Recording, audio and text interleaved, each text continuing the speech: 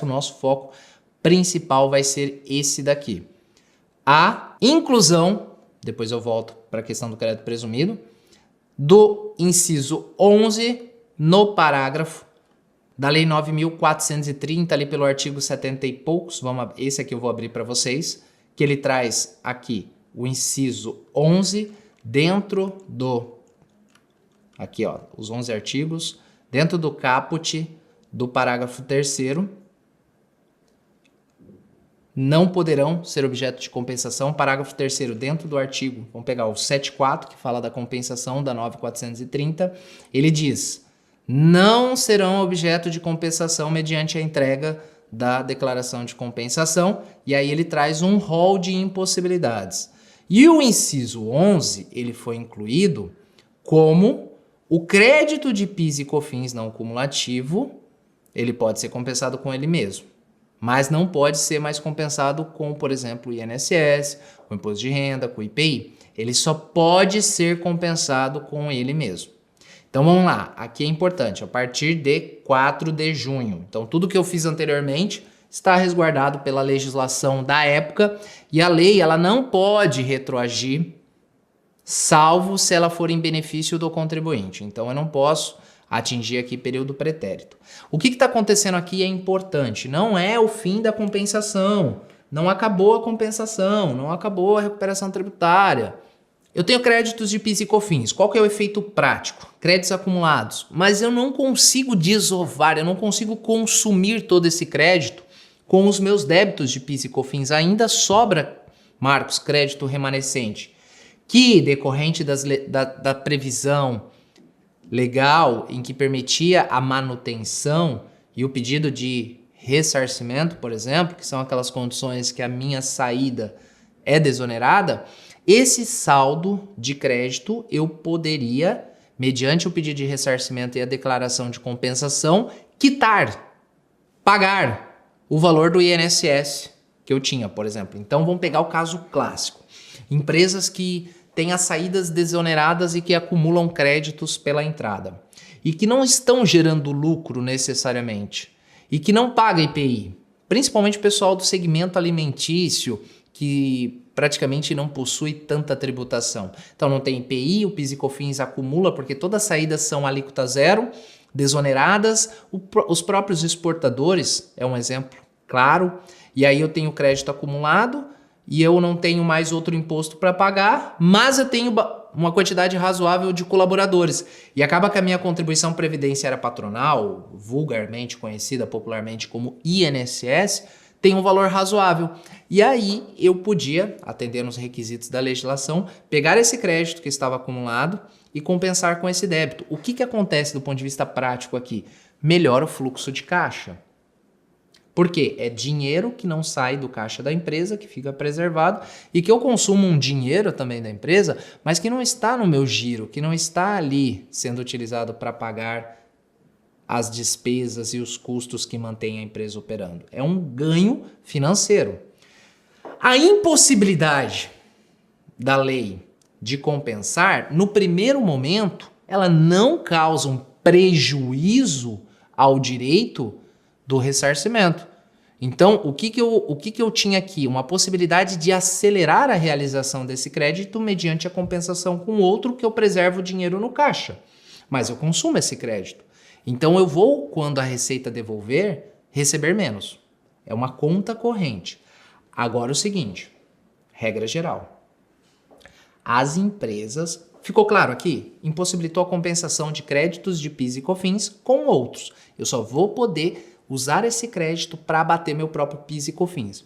Mas o que pegou e aí doeu? Doeu bastante. Foi pro pessoal, e eu já vou falar quais são os principais segmentos, que impossibilitou, e aí pegou. Aí bateu forte. Como diria, de novo, o filósofo contemporâneo, bateu forte o tambor. Que é o seguinte, pessoal, que é a questão relacionada à impossibilidade, deixa eu só voltar aqui, de ressarcimento com relação aos créditos presumidos. Aí pegou. A impossibilidade de ressarcimento de créditos presumidos, aí acontece o quê? Vamos lá. Quais são esses créditos presumidos? Deixa eu mostrar para vocês. O que pegou e pegou forte? Possibilidade que foi bem no finalzinho aqui da medida provisória, essas revogações aqui, ó. Grande parte dessas revogações. O que são essas revogações? São a impossibilidade, por exemplo, ó, a Lei 10.147, ela fala sobre produtos farmacêuticos. O que é essa revogação do parágrafo 4º do artigo 3º? Só para vocês entenderem. É a impossibilidade da previsão que tinha dos créditos que se acumulavam e dentro dos presumidos, de tanto compensação, quanto também o pedido de ressarcimento. Então, ela revogou todas as bases que permitiam o ressarcimento de crédito presumido. O que é crédito presumido? Qual que é a diferença, por exemplo, de restituição e ressarcimento? E muitos não conhecem a figura do crédito presumido. A legislação, e mais precisamente a Lei 10.144, que fala sobre farmacêuticos, as leis 10.925, aqui fala sobre produtos principalmente, eu chamo de hortifrutícolas, e aí podemos colocar hortifrutigranjeiro, que aí fala de criação fala de carne, de animais, fala de ovos, fala da produção de laticínios, fala de alimentos. Aí tem várias leis que pega principalmente aqui, pessoal, o agro, que fala sobre a produção de alimentos, fala sobre rações e que há também a possibilidade de crédito presumido que foi revogado, e a indústria petroquímica. O que nós temos aqui? A figura da concessão de créditos presumidos. O que são créditos presumidos? São créditos fictícios, ou seja, vamos escrever aqui, créditos, vamos colocar aqui, ó, em letra maiúscula. Créditos presumidos são créditos fictícios concedidos como forma de incentivo. O que significa isso? Sobre forma de incentivo. Em regra, nós temos o seguinte, como por exemplo aqui o pessoal do agro, eles adquirem muitas mercadorias que não são tributadas. E essas mercadorias não geram créditos. Ou seja, a concessão de créditos presumidos tem como intuito, na sua grande parte, criar um incentivo para reduzir o custo de produção, por exemplo. Então, adquirir uma mercadoria lá do produtor rural, que não tem tributação. A tributação lá naquele momento é suspensa. Ele não tem nenhuma tributação. E muitas vezes essa mercadoria ela é processada pela agroindústria e se torna um produto. Esse produto pode ou não ser tributado. Então, quando eu venho concedo crédito presumido, eu falo assim, olha, por mais que essa mercadoria não é tributada, eu vou te dar um crédito na proporção de, entendeu? 0 ponto alguma coisa, para que você tenha uma redução do seu custo operacional, porque nessa operação você não tem crédito. Então, ele é um crédito que não existe em documento fiscal e que você se apropria mediante o lançamento na contabilidade. Qual que é a diferença de um crédito ordinário, de um crédito convencional, que ele consta no documento fiscal? Se você for lá e adquirir uma mercadoria tributada, você vai olhar o crédito que está consignado no documento fiscal. Legal? Essa é a diferença de crédito presumido. Acontece muito com o ICMS também. O Estado concede um crédito presumido que resulta na tributação de 3%. Ou seja, esse crédito não está no documento fiscal que eu compro como mercadoria, matéria-prima para utilização. Ele está lá no fechamento fiscal da minha contabilidade. Então, esses segmentos aqui, petroquímica, a industrialização de produtos agropecuários, cooperativas, alimentos e farmacêuticos possuem esses créditos presumidos. Então eu vou lá, faço a apuração. E aí, sobrou créditos. O que acontecia? Créditos normais, energia elétrica, estou falando de PIS e COFINS apenas. Energia elétrica, depreciação, os créditos convencionais e chamados ordinários lá do artigo 3º. Com a utilização do crédito presumido, eu tenho um valor de crédito apurado, que sobrou. A quantidade de vendas e os débitos do mês não foram suficientes para consumir todo o meu crédito. Sobrou crédito escriturado lá no meu FD Contribuições. Eu vou e posso pedir o ressarcimento em espécie. E esses créditos estavam no rol da possibilidade de receber em dinheiro. e agora foi vedado. Então, atinge, e aí pega com intensidade, a parte dos créditos presumidos, que são exclusivamente para esses segmentos. Única e exclusivamente para esses segmentos, ok? Então, o que acontece? Eu tirei um direito da empresa? Não, eu não tirei, porque os créditos continuam sendo mantidos e permitidos e concedidos. Mas o que eu tirei? A possibilidade de pedir em espécie. Então, eu restringi um acesso a uma ferramenta que acelerava a realização desses créditos. Então, vocês entenderam que o primeiro ponto, não tira direito. O direito continua. Eu tenho a possibilidade de créditos presumidos. Pronto. Ela não veda a utilização desses créditos para abatimento do débito de PIS e COFINS. O que ela veda? A utilização dos créditos acumulados de PIS e COFINS. Não é de IPI, não é de PIS e COFINS com outros tributos que não sejam da mesma natureza. Então, eu tenho aqui um maior período para escoamento desses créditos, que no final do dia geram prejuízo financeiro. Por quê? Porque é dinheiro do meu caixa que sai, mesmo eu tendo créditos aqui acumulados, que outrora eu não utilizava dinheiro do caixa da empresa, utilizava créditos tributários. Os créditos normais, que são decorrentes da legislação, do artigo 3º, continuam sendo passíveis de pedido de ressarcimento em espécie e que a Receita tem até 1 ano, segundo a lei federal que trata do processo administrativo, para pagar 365 dias. Após isso, ela entra em mora e aí cabe um mandado de segurança para você acelerar o procedimento de ressarcimento. O que é importante? Segundo ponto, qual que é a diferença entre restituição e ressarcimento? Porque é comum eu identificar que as pessoas muitas vezes não tá muito claro esse negócio aí. Todo pagamento indevido a maior de tributo é passível de você reaver esses valores.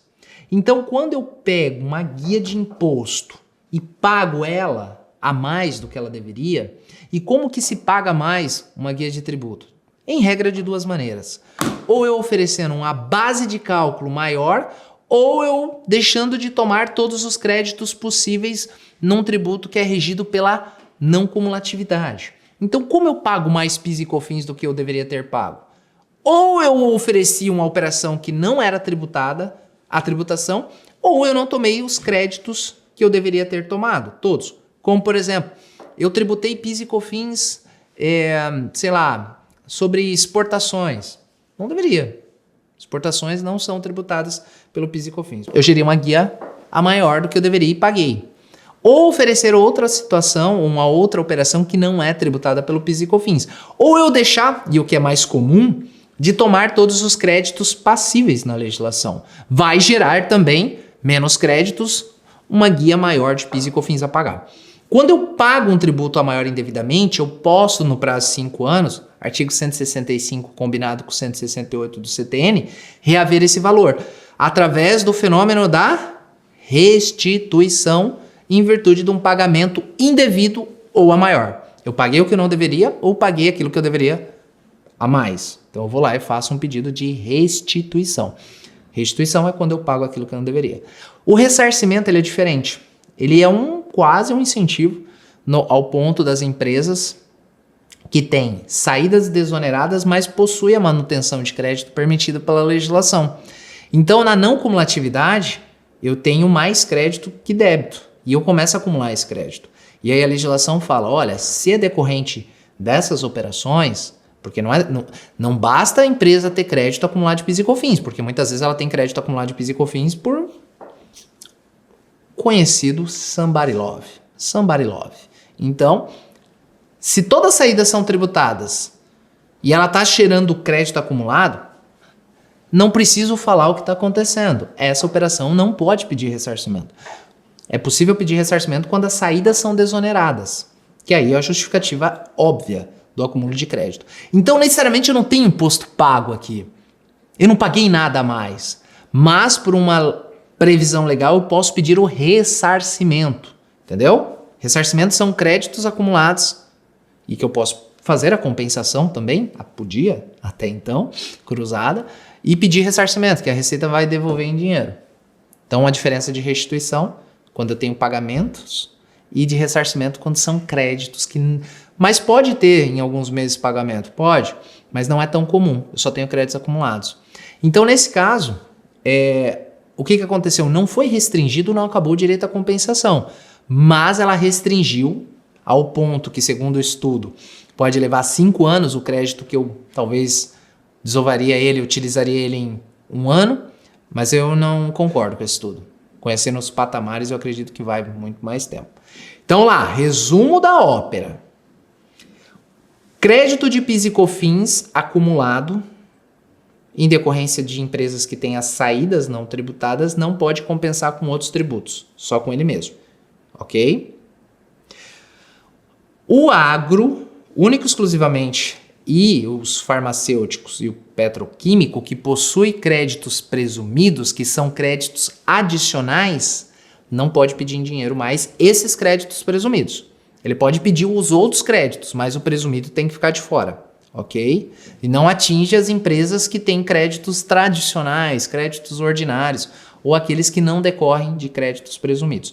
Qual a diferença, Marcos, entre um crédito presumido e um crédito normal? O crédito normal está previsto no artigo 3º da Lei 10.833, que inclusive, né, prevê a aquisição de mercadorias tributadas em alíquotas inferiores. E os créditos presumidos, eles não existem no documento fiscal e são única e exclusivamente para esses segmentos. Essa é a diferença. Presumido, presume-se. Não está necessariamente consignado no documento fiscal. Legal? Então, essa é a MP